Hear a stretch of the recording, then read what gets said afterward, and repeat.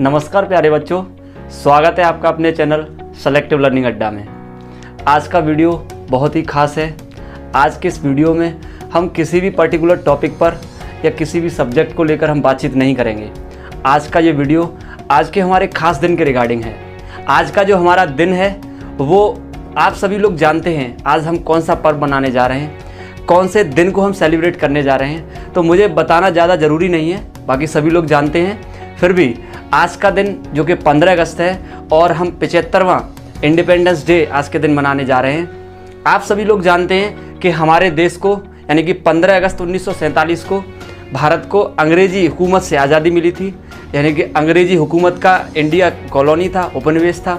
इसी दिन इंडिया को आज़ादी मिली थी और इस आज़ादी में बहुत से महान नेता रहे हैं, बहुत से फ्रीडम फाइटर्स रहे हैं जिन्होंने अपने प्राणों को न्यौछावर किया है। उसके बाद हमें आज़ादी मिली है। इस आज़ादी के लिए उन लोगों ने कितने सैक्रिफाइसेस किए हैं, इसको हम जितना अपने जीवन में आत्मसात कर पाएँ उतना कम है।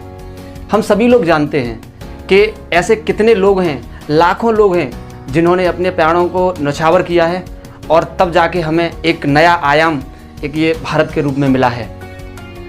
अब इस दिन की जो मैं आपको महत्वता बताने जा रहा हूँ, ये क्यों महत्वपूर्ण है। देखिए, जो 15 अगस्त का दिन है, इस दिन से हमें वो चीज़ मिली जो 1947 से पहले नहीं थी। हमें किसी भी चीज़ की लिबर्टी नहीं थी, हर तरीके से हम गुलाम थे। इसी दिन अकेला भारत नहीं है जो 15 अगस्त को इतने धूमधाम से एक अपने राष्ट्रीय पर्व के रूप में मनाता है, बल्कि 4 देश और भी ऐसे हैं जो इस दिन को बहुत ही धूमधाम से मनाते हैं। तो उन देशों के भी नाम आपके सामने शेयर करना चाहूँगा, जिसमें सबसे पहला है बहरीन। देखिए, बहरीन जो देश है वो 1941 से पहले ब्रिटिश कॉलोनी हुआ करता था, यानी कि ब्रिटेन की हुकूमत में था वो भी।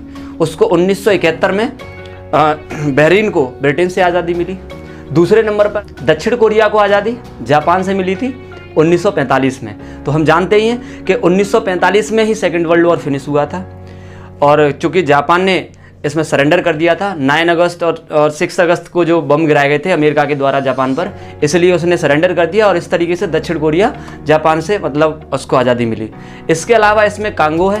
कांगो पर किसी टाइम पर फ्रांस का एम्पायर हुआ करता था, वो फ्रांस की कॉलोनी थी और उसको आज़ादी मिली 1960 में। 1960 में उसको आज़ादी मिली थी फ्रांस को।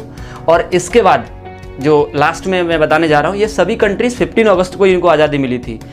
कांगो के बाद नंबर आता है लिक्टेनस्टीन का।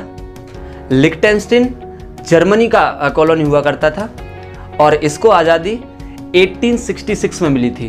तो ये सभी जो कंट्रीज़ के मैंने आपको नेम बताए हैं, इनको अलग अलग ईयर्स में 15 अगस्त को ही सबको फ्रीडम मिली थी। तो ऐसा नहीं है कि इंडिया में ही केवल 15 अगस्त को बड़े धूमधाम से मनाया जाता है, लेकिन और भी वर्ल्ड के कई कंट्रीज़ हैं जहाँ पर इंडिपेंडेंस डे को बहुत ही अच्छे एक नए आयाम पर मनाते हैं।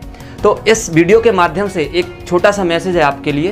देखिए, जो ग्रेट लीडर्स रहे या जो फोर फादर्स हमारे जो रहे हैं, उन्होंने इंडिया के फ्रीडम के लिए जिस प्रकार से सेक्रीफाइसेस किए हैं, आज हम सभी लोगों को भी या जो हमारे जो कंट्री का जो यूथ है उसको भी इसी प्रकार के फ्रीडम की कुछ नीड है, इसी प्रकार की कुछ सेक्रीफाइसेस की भी नीड है। हमें ये सेक्रीफाइसेस करने होंगे। हमें उन लोगों की तरह ज़रूरी नहीं है कि हमें प्राण गंवा कर ही हमें क्या करना, ये सेक्रीफाइसेस करने हैं, बल्कि हमें क्या करना है, एक नया आयाम तैयार करना है, एक एजुकेशन का आयाम तैयार करना है। और इस आयाम से हम अपने देश की जो आज भी अभी भी स्लेवरी है उसको हम हटा सकते हैं। और वो स्लेवरी मुझे बताने की नीड नहीं है। हमारा देश आज भी एक गरीबी की एक स्लेवरी से जूझ रहा है, हम सभी जानते हैं। और साथ में कुछ इसमें कुरीतियाँ भी हैं, कुछ ट्रेडिशंस हैं जो पुराने ज़माने से चली आ रही हैं, जिसकी वजह से जूझ रहा है। तो हम इन सब चीज़ों के प्रति इनको हम तब अलग हटा सकते हैं जब हम शिक्षित होंगे। हमें शिक्षा को इस तरीके से तैयार करना है कि एक नया आयाम बन के आए, तो तब जाके हमारा देश पूरी तरीके से डेवलप करेगा। हमारे देश में कुरीतियाँ बहुत ज़्यादा डेवलप्ड हैं, हमारे देश में गरीबी बहुत ज़्यादा डेवलप्ड है। हमारा इंडिया डेवलप्ड नहीं है, जबकि हम देख सकते हैं वेस्टर्न कंट्रीज़ हैं या जो यूरोपियन कंट्रीज़ हैं या मैनी अदर्स जो कंट्री पूरी तरीके से डेवलप कर गए हैं। आपको देखो, मैं बता रहा हूँ, जैसे जो दक्षिण कोरिया है जिसको आज़ादी हमारे बाद में मिली है, हमसे थोड़ा पहले मिली है 1945 में जापान से, लेकिन वो पूरी तरीके से डेवलप है। हमारा इंडिया अभी डेवलप्ड नहीं है और उसका रीज़न है शिक्षा।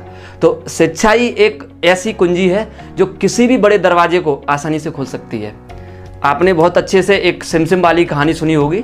सिमसिम के अंदर बहुत सारा खजाना है और उसका दरवाज़ा खोलना है और खजाना मिल जाएगा। सेम यहाँ पर भी है, हमें शिक्षा एक चाबी बनानी है और हमें सिमसिम खोलना है, वो दरवाज़ा खोलना है, और जिससे हमें एक खजाना मिल सकता है। किसी भी प्रकार की समस्या का सॉल्यूशन शिक्षा है, आप सभी लोग जानते हैं। ऐसा नहीं है कि शिक्षा के माध्यम से हमें एक बहुत बड़ा स्टेज मिल जाए कि हम एजुकेटेड हो गए, हमारे पास डिग्री हो गई, नहीं। उसको हमें इस तरीके से तैयार करना है, इस तरीके से हमें उसको फॉलो करना है कि जब तक शिक्षा नहीं मिलेगी, जैसे क्रांतिकारी लोगों ने ये सोच रखा था कि जब तक आज़ादी नहीं मिलेगी हम आंदोलन छोड़ेंगे नहीं। 1930 से ही आज़ादी का आंदोलन शुरू हो गया था। भारत छोड़ो आंदोलन 1930 से शुरू कर दिया गया था और इस आंदोलन से तंग आकर अंग्रेज़ों ने ये डिसाइड किया था कि अब हम भारत को आज़ाद कर देंगे, अपना उपनिवेश जो है यहाँ से हटा लेंगे, अन्यथा आज भी इंडिया गुलाम होता। साथ में उस समय थोड़ा वर्ल्ड वॉर भी फिनिश हुआ था 1945 में, तो ब्रिटेन पूरी तरीके से थोड़ा टूट चुका था।